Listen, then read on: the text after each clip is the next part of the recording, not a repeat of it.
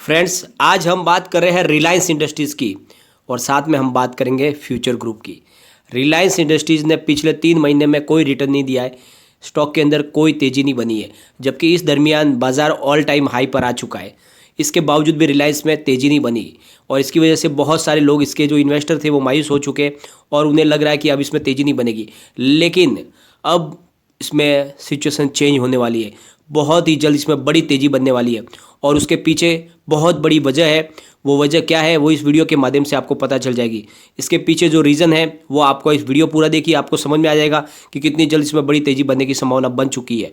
और साथ में अगर आपने अभी तक रिलायंस इंडस्ट्रीज में इन्वेस्टमेंट नहीं किया है तो ये बिल्कुल सुनहरा मौका है, इस लेवल पे आपको इन्वेस्टमेंट कर लेना चाहिए, क्योंकि ये लेवल फिर आपको वापस देखने को नहीं मिलेगा। जब यहाँ से स्टॉक में तेज़ी बनेगी तो ये इसका जो लेवल है ये टूट जाएगा और स्टॉक फिर एक बार 2000 के ऊपर चला जाएगा तो फिर वापस अब की बार ये 2000 के नीचे नहीं आएगा। इसलिए आपको इस लेवल पे इन्वेस्टमेंट करना चाहिए और आपके पोर्टफोलियो में रिलायंस इंडस्ट्रीज़ का स्टॉक रहना ही चाहिए। और साथ में फ्रेंड्स, जिसने फ्यूचर ग्रुप में इन्वेस्टमेंट किया है उन्हें अब क्या करना चाहिए, क्योंकि फ्यूचर ग्रुप में लगातार थोड़ी थोड़ी करके गिरावट होती जा रही है स्टॉक में और लोगों ने लगभग अपना पूरा इन्वेस्टमेंट डुबा दिया है।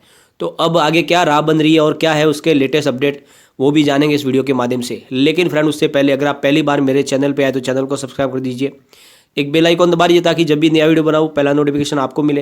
वीडियो पसंद आए तो लाइक शेयर जरूर कीजिए। चलो फ्रेंड्स, वीडियो स्टार्ट करते हैं। मैं हूँ आपका दोस्त एस बी दवे और मेरे चैनल ऑनलाइन कमाई में आपका बहुत बहुत स्वागत है। फ्रेंड्स, सबसे पहले हम गुरुवार के ट्रेडिंग की बात कर लेते हैं। स्टॉक 1945 पर ओपन हुआ, फिर इसने 1939 की लो बनाई और ये हाई में चला गया 1966 के, यानी आज के दिन में इसमें काफ़ी अच्छा मूवमेंट था। और एंड में जो उसने क्लोजिंग दी है वो है 1958 पर, करीब 1.1% अप पर क्लोजिंग दी है। और फ्रेंड्स, आज वॉल्यूम के मामले में आपको बहुत रोचक जानकारी देखने को मिलेगी। बीएससी में आज 18,39,000 का वॉल्यूम हुआ है और सामने डिलीवरी में 14,34,000 की डिलीवरी उठाई गई है और डिलीवरी का परसेंटेज जानकर आप चौंक जाओगे, 78.41%। बहुत ही ज़बरदस्त भयंकर मात्रा में डिलीवरी उठाई गई है। काफ़ी समय से अगर आपने देखा होगा तो इसमें डिलीवरी बेस काम आपको 30-35% के अंदर ही देखने को मिलेगा, लेकिन कल के दिन में इसमें 78% की डिलीवरी उठाई गई है। ये कोई बड़ा इशारा कर रही है और इसमें आगे आपको जानकारी मिल जाएगी कि ऐसा क्यों हुआ है। चलेंगे एनएससी की तरफ। 99,46,000 की वॉल्यूम हुई है और सामने 52,25,000 की डिलीवरी उठाई गई है और डिलीवरी का परसेंटेज है 52.54%, यानी एनएससी में भी करीब 50% के ऊपर डिलीवरी बेस काम हुआ है। और इससे समझ में आ रही है बात क्लियर कि इसमें अब तेज़ी बनने वाली है और लोग इसमें दबा के माल उठा रहे हैं। और इसको आपके सामने और अच्छे से मैं आपको समझा पाऊँ, इसके लिए गुरुवार के ट्रेडिंग की बात मैं आपके साथ में शेयर करूंगा, जिससे आपको भी समझ में आ जाएगा इतनी बड़ी डिलीवरी क्यों उठाई गई है, किसने उठाई है। तो फ्रेंड्स, गुरुवार के दिन करीब 1:35 पर करीब 1958 के भाव से 56,351 शेयरों की डिलीवरी उठाई गई है, यानी एक बहुत बड़ी ब्लॉक डील हुई है करीब 1:35 पे। और उसके बाद में एक दूसरी बहुत उससे भी बड़ी ब्लॉक डील हुई है, वो हुई है 2:44 पर 1959 के प्राइस से। की बाद जो ब्लॉक डील हुई है वो है करीब 1,03,451 शेयरों की। तो इतनी भयंकर मात्रा में करीब 1,03,000 शेयरों का एक साथ में उठाया जाना इस बात को साबित करता है कि आने वाले समय में इसमें बड़ी तेज़ी बनने वाली है। कोई तो दबा के किसी ने माल उठाया, क्योंकि अब माहौल बनने वाला है इसका तेज़ी का और इसी वजह से इतनी बड़ी भारी मात्रा में डिलीवरी उठाई गई है। ये डील हुई है ब्लॉक डील करीब 2:44 पर, करीब लाख के ऊपर शेयर उठाए गए हैं और इसी वजह से ये जो परसेंटेज बना है वॉल्यूम का डिलीवरी बेस वो बहुत बढ़ गया है। और इससे एक बात समझ में आ रही है कि अब रिलायंस में बहुत ज़बरदस्त तेज़ी बनने वाली है।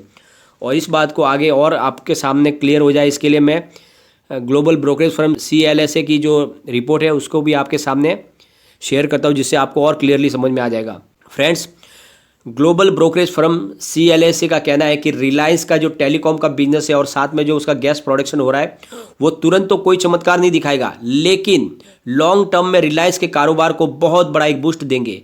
और इसी वजह से उन्होंने इशारा किया है कि इसमें अब तेज़ी बनेगी, थोड़े समय के बाद ज़बरदस्त तेज़ी बने। CLSA का मानना है कि इस लेवल से 2021 में 26% की रैली आराम से बन सकती है, यानी इस लेवल से करीब 26% की तेज़ी तो 2021 में आराम से बन ही सकती है, ऐसा उनका पूरा अनुमान उन्होंने लगाया है।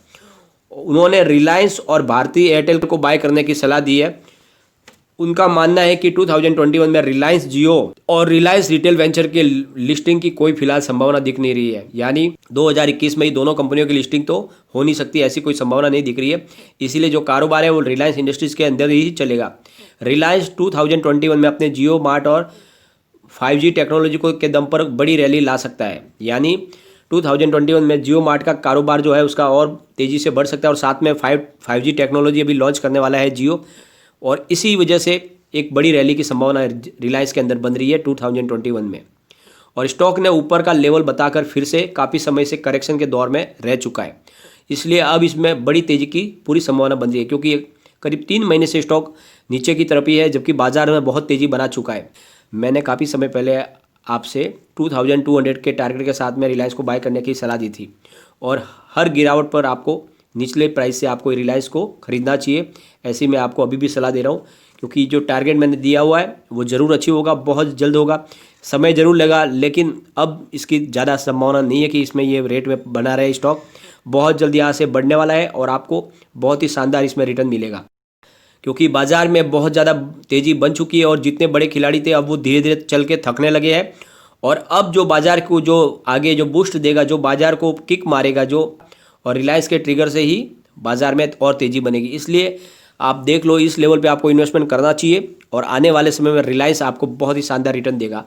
अब हम चलेंगे फ्यूचर ग्रुप की तरफ। फ्रेंड्स, फ्यूचर ग्रुप में अभी भी गिरावट की संभावना बनी हुई है। उसके पीछे रीज़न है कि अभी तक जो डील है वो बिल्कुल पूरी तरह से फाइनल नहीं हो पा रही है।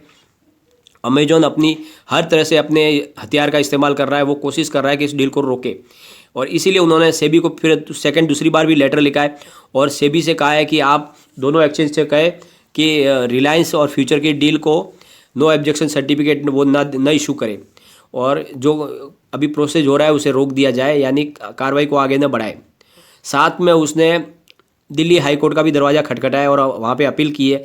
इससे पहले उन्होंने अपील की थी लेकिन वो खारिज हो गई थी, लेकिन अब की बार 2 जजों की बेंच ने उनकी अपील को मान लिया है और सुनवाई शुरू हुई है। तो इस तरह से मामला लंबा खींच रहा है, क्योंकि सिंगापुर इंटरनेशनल आर्बिट्रेशन सेंटर में भी 3 सदस्यों की कमेटी गठित हुई है और वहाँ पे भी सुनवाई चलेगी। तो इस तरह से ये सुनवाई जो चल रही है और इसकी वजह से लगातार प्राइस में भी गिरावट हो रही है। अगर फ्यूचर रिटेल के कारोबार की बात करेंगे तो गुरुवार के दिन 75 पर करीब 0.86% डाउन क्लोज हुआ है स्टॉक, और साथ में फ्यूचर सप्लाई चेन की बात करेंगे तो 95.70 पर करीब 1.64% डाउन पर क्लोजिंग आई है। फ्यूचर लाइफस्टाइल की 83.20 पर करीब 1.42% डाउन पर क्लोजिंग है। फ्यूचर इंटरप्राइज की 11.10 पर करीब 0.45% डाउन पर क्लोजिंग है, और फ्यूचर कंज्यूमर की 8.10 पर सेम डे क्लोजिंग, यानी जो बुधवार के दिन की क्लोजिंग थी वही क्लोजिंग आई है। तो इस तरह से फ्यूचर ग्रुप के शेयर में एक भी शेयर में तेजी नहीं। उसके पीछे जो रीज़न है कि पॉजिटिव माहौल अभी फिलहाल नहीं दिख रहा है, क्योंकि जब तक ये डील पूरी तरह से फाइनल नहीं होगी इसमें बड़ी तेज़ी नहीं बन सकती। और जो सबसे बड़ा इसका जो डील के पीछे जो विलन बना हुआ वो है अमेजन ग्रुप। अमेजन अपनी थोड़ी सी जीत के कारण और अपने खुद के स्वार्थ के लिए इस डील को रोके हुए है, और जिसकी वजह से इसमें लगे हुए जो लाखों इसके जो एम्प्लॉय है उनको भी लॉस हो रहा है, उस कंपनी से जुड़े हुए लोगों को लॉस हो रहा है, साथ में इसके सारे इन्वेस्टर हैं उनको भी लॉस हो रहा है। उसके बावजूद भी वो मानने को तैयार नहीं है, और जल्दी से जल्दी अगर डील फाइनल हो जाए तो अच्छी बात है। लेकिन फ्रेंड, कोई भी इन्वेस्टमेंट करने से पहले अपने फाइनेंशियल एडवाइजर से एक बार एडवाइज ले ले या अपना खुद का रिसर्च करें, क्योंकि मैंने वीडियो आपके एजुकेशनल पर्पज़ के लिए ही बनाया। वीडियो पसंद आए तो लाइक शेयर जरूर कीजिए और चैनल को सब्सक्राइब कर दीजिए। Thank you friend.